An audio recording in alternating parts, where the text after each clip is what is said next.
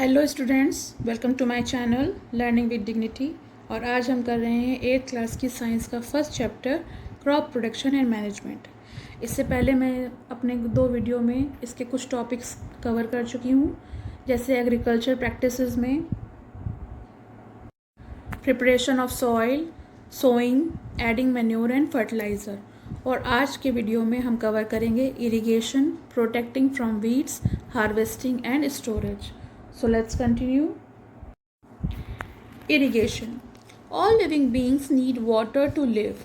सब जीव जंतुओं को, सब जीवधारियों को पानी की बहुत आवश्यकता होती है. It is very important thing. Water is important for proper growth and development. ये हमारी सही से वृद्धि हो और हमारा सही से विकास हो, इसके लिए पानी हमारे लिए बहुत इम्पॉर्टेंट है, बहुत महत्वपूर्ण है। Water is absorb by the plant roots. पानी जो है वो पेड़ों की जड़ों द्वारा अवशोषित कर लिया जाता है। Along with water minerals and fertiliser are also absorb. और इसी पानी के ज़रिए जो हम मिट्टी में मिनरल्स और फर्टिलाइज़र ऐड करते हैं वो भी अवशोषित हो जाते हैं और प्लांट तक पहुंच जाते हैं। Plant contain nearly 90% water. Plant जो है वो लगभग 90% पानी एब्जॉर्ब कर लेता है। Water is essential because germination of seed does not take place under dry condition. Water इसलिए भी बहुत ज़्यादा एसेंशियल है, बहुत ज़्यादा आवश्यक है, क्योंकि जो सीड का जर्मिनेशन होता है वो कभी भी किसी भी ड्राई कंडीशन में, यानी जिस समय आप किसी सीड को सूखा रखोगे तो सीड जर्मिनेट नहीं होगा, उससे प्लांट नहीं निकलेंगे। Nutrients dissolved in water are transported to each part of the plant. और जो न्यूट्रिएंट्स हैं वो पानी में घुले हुए होते हैं, जिसके ज़रिए वो पौधे के हर एक भाग में आसानी से पहुंच जाते हैं। Water also protect the crop from both Frost and hot air currents. तो जो पानी है वो फसल को बचाता है पाला पड़ने से, साथ ही साथ गर्म हवाओं से। यानी जब गर्म हवाएं चलती हैं गर्मी में या फिर जाड़े में पाला पड़ता है तो फसल की प्रोटेक्शन जो है वो पानी के द्वारा ही होती है। To maintain the moisture of the soil for healthy crop growth, fields have to be watered regularly. यानी कि अगर हमें क्रॉप जो है, फसल जो है, स्वस्थ और उसकी वृद्धि सही रूप से हो, सुचारू रूप से हो, तो ये इस बात का बहुत ध्यान रखना है कि मिट्टी में नमी बराबर बनी रहे। और इसके लिए हमें खेतों को नियमित रूप से पानी देना आवश्यक है। The supply of water to crops at regular interval is called irrigation. Means जो पानी दिया जाता है फसल में वो निश्चित अंतराल पर दिया जाता है और इसी को हम सिंचाई कहते हैं। The time and frequency of irrigation varies from crop to crop, soil to soil and season to season. यानी जो सिंचाई का समय और फ्रीक्वेंसी होती है वो फसल दर फसल या फिर मिट्टी या फिर मौसम के लिए भिन्न भिन्न अलग अलग होती है, एक सी नहीं होती, एक समान नहीं होती है। अगर किसी फसल को ज़्यादा पानी या गर्मियों की आवश्यकता है, यानी गर्मी में वो फसल उगेगी, तो दूसरी फसल जाड़ों में उगेगी या उसमें पानी की आवश्यकता बहुत कम है। जैसे पैडी फील्ड ले लीजिए, उसमें पानी बहुत अधिक मात्रा में चाहिए, नहीं तो चावल की खेती पॉसिबल नहीं हो पाती है। In summer the frequency of watering is higher. गर्मियों में ये फ्रिक्वेंसी बढ़ जाती है। क्यों? क्योंकि could it be due to the increase rate of evaporation of water. क्योंकि गर्मी में एवोपोरेशन होता है पानी का और जिससे मिट्टी जो है वो सूख जाती है, इसलिए उस समय इसकी फ्रीक्वेंसी बढ़ जाती है, यानी पानी देना ज़्यादा आवश्यक हो जाता है। Boojho says I am very careful this year about watering the plants. Last summer my plants dried up and died. Boojho का कहना है कि इस साल मैं अपने पौधों को जो है पानी देने के लिए बहुत केयरफुल रहूँगा, क्योंकि पिछली समर में जो लास्ट समर थी उसमें उसके प्लांट्स जो थे वो सूख कर मर गए। ऐसा क्यों हुआ? क्योंकि उसने प्रॉपर वे में पानी नहीं दिया, या दिया होगा तो पौधों में पानी की कमी रह गई। Source of irrigation. The source of water for irrigation are wells, tube wells, ponds, lakes, rivers, dam and canal. इनके बारे में हम जानते हैं कि पानी का जो सोर्स होता है, इरिगेशन का जो सोर्स होता है सिंचाई के लिए पानी, तो वो कहाँ से मिलता है? या तो कुओं से, ट्यूबवेल से, पॉन्ड्स यानी तालाब, झीलों से, नदियों से, बांध से या फिर नहरों से। ये कुछ सोर्स ऑफ इरिगेशन है, इसी के थ्रू हम खेतों में पानी डालते हैं। Traditional methods of irrigation. The water available in wells, lakes and canals is lifted up by different method in different region for taking it to the field. यानी विभिन्न विभिन्न क्षेत्रों में अलग अलग विधियों द्वारा पानी को कुओं से, झीलों से या फिर नहरों से लिफ्ट अप करके यानी निकाल कर खेतों में डाला जाता है। Cattle and human is used in these method. और इन विधियों के लिए कैटल यानी मवेशी जिन्हें जानवर कहते हैं या फिर ह्यूमन मनुष्य ही सहायक होते हैं। So these method are cheaper. इसलिए ये जो विधियां हैं वो सस्ती पड़ती हैं, इनका खर्च कम होता है, बट लेस एफिशिएंट, मगर ये उतनी कारगर नहीं होती हैं। The various tradition way are moat, chain pump, dhekli and rahat. ये 4 सिस्टम जो हैं, 4 मेथड जो हैं वो दिए हैं और इन चारों की पिक दी हुई है। देखिए ये फर्स्ट वन है मोट, ये सेकंड है चेन पम्प, बी, सी है ढेकली और ये डी है आपकी राहत। ये 4 मेथड्स दिए हुए हैं। Pumps are commonly used for lifting water, यानी पानी निकालने के लिए कॉमनली पंप्स का ही उपयोग ही होता है। और ये पंप कैसे चलाए जाते हैं? डीजल, बायोगैस, इलेक्ट्रिसिटी या फिर सोलर एनर्जी के द्वारा। मॉडर्न मेथड्स ऑफ इरिगेशन यानी सिंचाई की आधुनिक विधियाँ।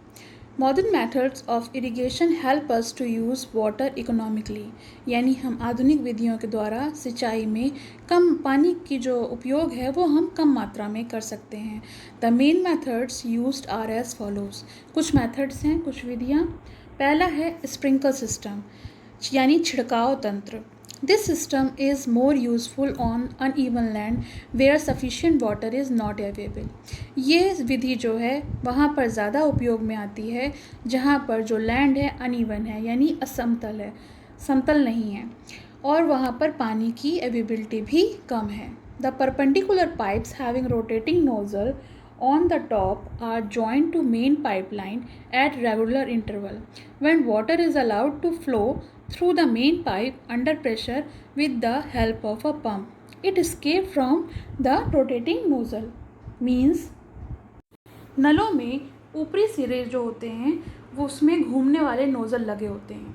ये पाइप जो हैं वो निश्चित दूरी पर स्थित होते हैं और मुख्य पाइप से जुड़े होते हैं। जब पंप की सहायता से जल मुख्य पाइप में भेजा जाता है तो वे घूमते हुए नोज़ल के बाहर निकलता है।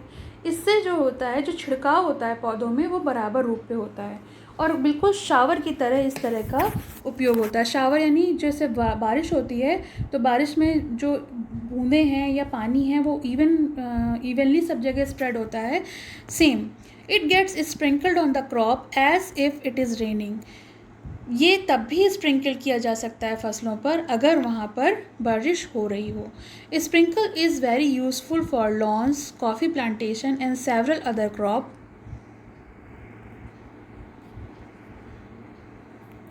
तो जो ये स्प्रिंकल है वो बहुत ज़्यादा लाभदायक होता है लॉन्स में, जहाँ पर कॉफ़ी प्लांटेशन होता है, यानी जहाँ कॉफ़ी की खेती की जाती है, और बहुत सारी और क्रॉप्स के लिए भी स्प्रिंकल सिस्टम बहुत ज़्यादा यूज़फुल होता है।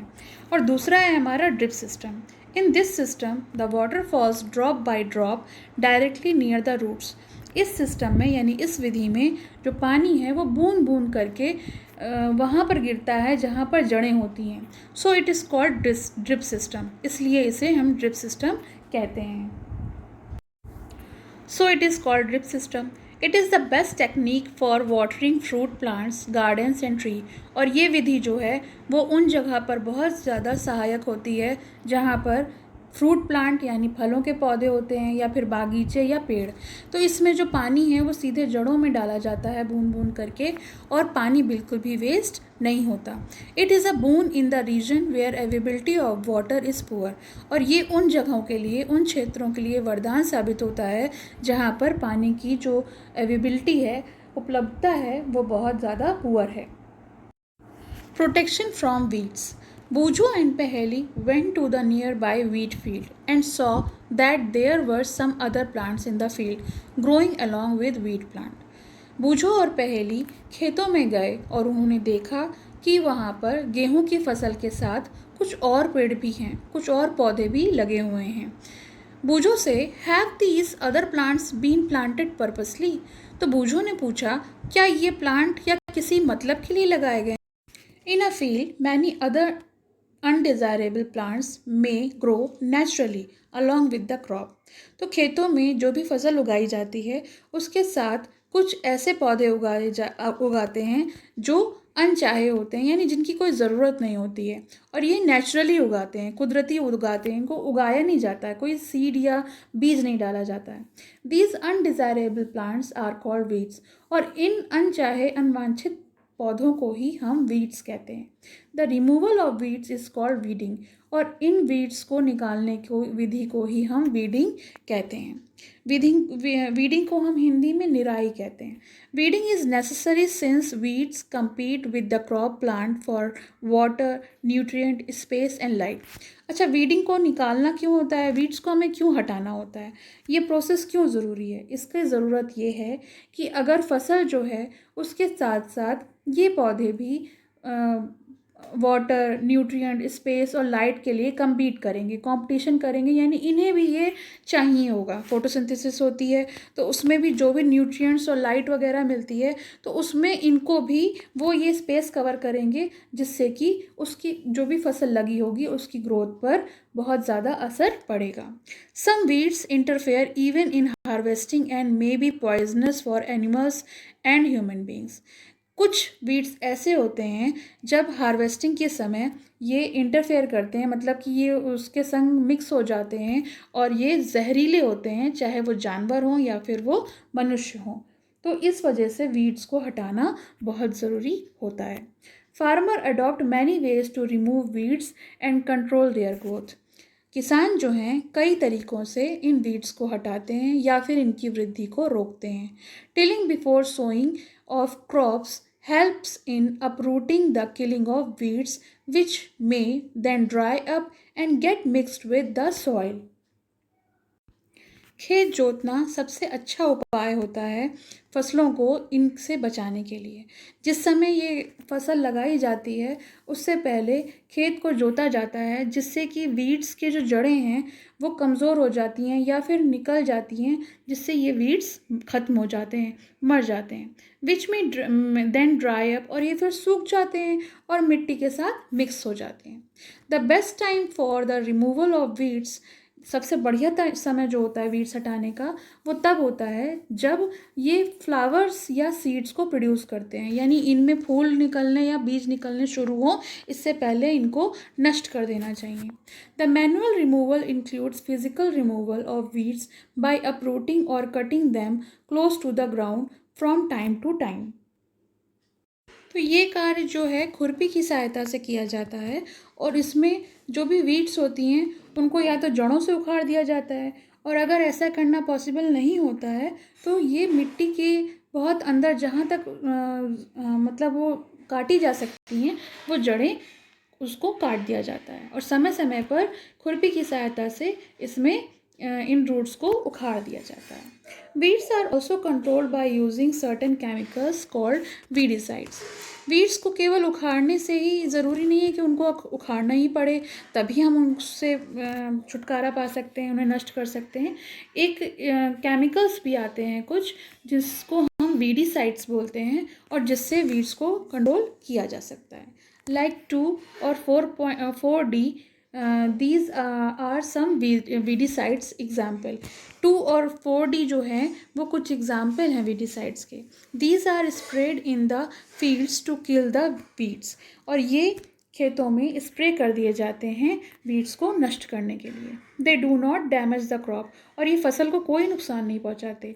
The weedicides are diluted with water to the extent required and sprayed in the field with the sprayer। तो ये स्प्रेयर की सहायता से पानी में डाइल्यूट करके मिक्स कर दिए जाते हैं, और जितनी भी मात्रा में ज़रूरत होता है उसके हिसाब से खेतों में उसको स्प्रे कर दिया जाता है। ये देखिए स्प्रेइंग वीडिसाइड का ये डायग्राम है। इसमें ये फार्मर जो है स्प्रे कर रहे हैं वीडिसाइड को, और इससे वीड्स को हम नष्ट कर सकते हैं। As already mentioned, the weedicide are sprayed during the vegetative growth of weeds before flowering and seed formation. जैसे कि अभी हमने पहले पढ़ा कि weeds को हम तब भी नष्ट कर सकते हैं उससे पहले कि जब वो उनमें फ्लावर या सीड्स फॉर्मेशन हो रही हो. Spraying of weedicide may affect the health of farmer. तो स्प्रे और वीडीसाइड जितने होते हैं वो होते तो केमिकल हैं, तो वो फार्मर की हेल्थ पर असर कर सकते हैं. So they should use these chemicals very carefully. इसलिए किसानों को इन केमिकल्स का इस्तेमाल बहुत ज़्यादा सावधानीपूर्वक करना चाहिए. They should cover their nose and mouth with piece of cloth during spraying of these chemicals. उन्हें इस तरह के रासायनिक पदार्थों को छिड़काव करते समय अपनी नाक और मुंह को एक कपड़े से ढक लेना चाहिए या मुंह पर कपड़ा बांध लेना चाहिए जिस समय ये स्प्रे करते हैं. नेक्स्ट टॉपिक है हमारा harvesting. Harvesting of a crop is an important task. जैसे कि बाकी प्रोसेस जो हैं वो इम्पॉर्टेंट हैं, वैसे ही हार्वेस्टिंग भी बहुत ज़्यादा इम्पॉर्टेंट टास्क होता है. ये ऐसा नहीं है कि फसल तैयार हो गई तो हार्वेस्टिंग तो हो ही जाएगी. It is not so easy.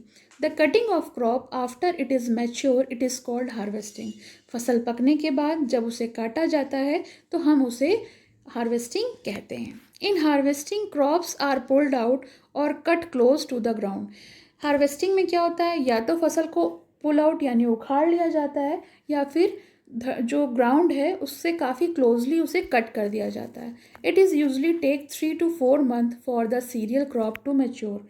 और जितनी भी सीरियल क्रॉप्स होती हैं वो मैच्योर होने के लिए 3 से 4 महीने ले लेती हैं. Harvesting in our country is either done manually by sickle और बाय मशीन कॉल्ड हार्वेस्टर. हमारे यहाँ जो हार्वेस्टिंग होती है, जो कटाई होती है, वो या तो हंसिए के द्वारा, ये देखिए पिक में दिया हुआ 1.7 में हंसिया होता है, लोहे का गोल ओवल सेमी सर्कल शेप में बना होता है, काफ़ी धारदार होता है, या तो उससे की जाती है या फिर मशीन होती है हार्वेस्टर, उसके द्वारा कटाई की जाती है. In the harvested crop the grain seed needs to be separated. और जो भी कटाई होती है उसमें जो क्रॉप निकाली जाती है, जो भी फसल तैयार होती है, उसमें से दाने निकालने के लिए उसे सेपरेट करना आवश्यक है. This process is called threshing. और इस प्रोसेस को हम थ्रेसिंग कहते हैं. This is carried out with the help of machine called combine which is in fact a harvester as well as thresher.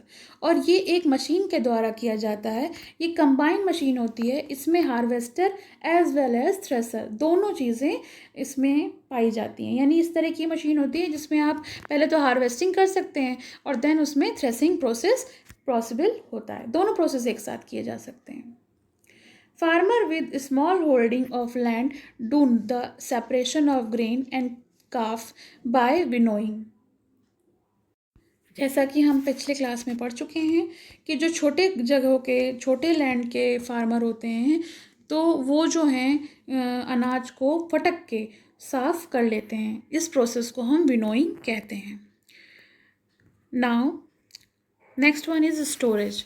Storage of produce is an important task. अब कटाई हो गई, छटाई हो गई, सब काम हो गए, तो फसल जो हमारी तैयार हुई है उसका भंडारण करना भी आवश्यक है. If the harvested grain are to be kept for longer time they should be safe from moisture, insect, rats and micro organism. अगर हमें इस फसल को बचा कर रखना है तो स्टोरेज जो है वो बहुत ज़्यादा ध्यानपूर्वक करनी है. अगर हमें लंबे समय तक उसको रखना है तो हमें उसको मॉइस्चर से, कीड़े मकोड़ों से, चूहों से और माइक्रो ऑर्गेनिज्म यानी सूक्ष्म जीवी से. माइक्रो ऑर्गेनिज्म जो होते हैं वो सूक्ष्म जीवी ज़रूर होते हैं मगर वो फसल को हानि पहुंचाने के लिए बेहद सक्षम होते हैं. Harvested grain have more moisture. जो भी हार्वेस्टेड ग्रेन होता है, जो भी अनाज होता है उसमें बहुत ज़्यादा मात्रा में मॉइस्चर होता है. If freshly harvested grain are stored without drying they may be get spoiled and attacked by organism. यानी ये जो ताज़ी फसल होती है, जो कटते हैं बीज, वो थोड़े नमीदार होते हैं और अगर इन्हें सुखाए बगैर ही स्टोर कर लेंगे तो या तो ये सड़ जाएगा या फिर इस पर organism making them unfit for use for germination, तो इस पर असर करते हैं और इस फसल को नष्ट कर देते हैं और फिर वो जर्मिनेट भी नहीं हो पाता है. Hence, before storing them, the grains are properly dried in the sun to reduce the moisture in them. यानी अगर फसल को हमें काफ़ी लंबे समय तक स्टोर करना है तो उसे हमें पहले धूप की रोशनी में अच्छे से उसको सुखा लेना चाहिए, जिससे उसका मॉइस्चर जो है पूरी तरीके से निकल जाए. This prevent the attack by insect, paste, bacteria और फंगी. और ये किस तरह से रोकथाम करेगा? ये कीड़े मकोड़ों से या फिर बैक्टीरिया या फंगी के अटैक से उसको रोक लगाएगा, प्रिवेंट करेगा. Farmers store grains in jute bags और मेटेलिक बिन्स. किसान जो हैं वो अनाज का भंडारण जो है या तो बोरों में करते हैं या फिर मेटलिक बनी हुई पात्र होते हैं, यानी धातु से बने हुए कुछ पात्र होते हैं, उसमें करते हैं. However, large scale storage of grain is done in silos and granaries. लेकिन अगर यही लार्ज स्केल पर, बड़े पैमाने पर अगर फसल को स्टोर करना है, अनाज को स्टोर करना है, तो वो फिर सिलोज में किया जाएगा या फिर भंडारण गृह होते हैं बड़े बड़े, वहाँ पर इनको रखा जाता है, जहाँ पर ये प्रोटेक्ट रहते हैं पेस्ट या फिर चूहे, कीड़े मकोड़ों जैसे पेस्ट से इनसे रक्षा होती है. Dried neem leaves are used for storing food grain at home.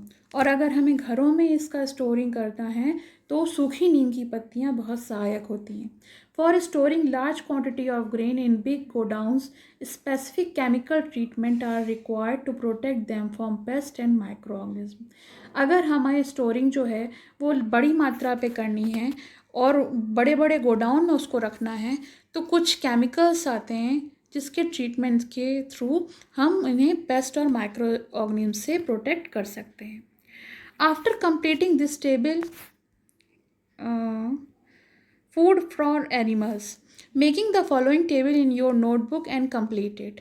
जैसे जो फूड और सोर्स, मिल्क हमें कहाँ से मिलता है? Cow, buffalo, sheep, goat, she camel, यानी इन लोगों से हमको, ये हमारे सोर्स ऑफ फूड में मिल्क के सोर्सेज हैं. इसी तरीके से अगर हम इस टेबल को कंप्लीट करें कि कौन सी चीज़ हमें कहाँ से मिलती है, तो हम ये जान सकते हैं कि कौन सा फूड जो है, जो कौन सा प्रोडक्ट प्लांट प्रोडक्ट है और कौन सा एनिमल प्रोडक्ट है. Many people living in the coastal area consume fish as the major part of their diet. बहुत सारे कोस्टल एरियाज़ में मछली जो है वो मुख्य भोजन के रूप में होती है. In the previous classes, you have learned about the food that we obtain from plant. और इससे पहले के कुछ पाठों में हम ये जान चुके हैं कि जो फूड है वो हमें प्लांट से मिलता है. We have just seen that process of crop production involve a large number of steps like selection of seeds, sowing, etc. Similarly, animals reared at home or in farms have to be provided with proper food, shelter and care.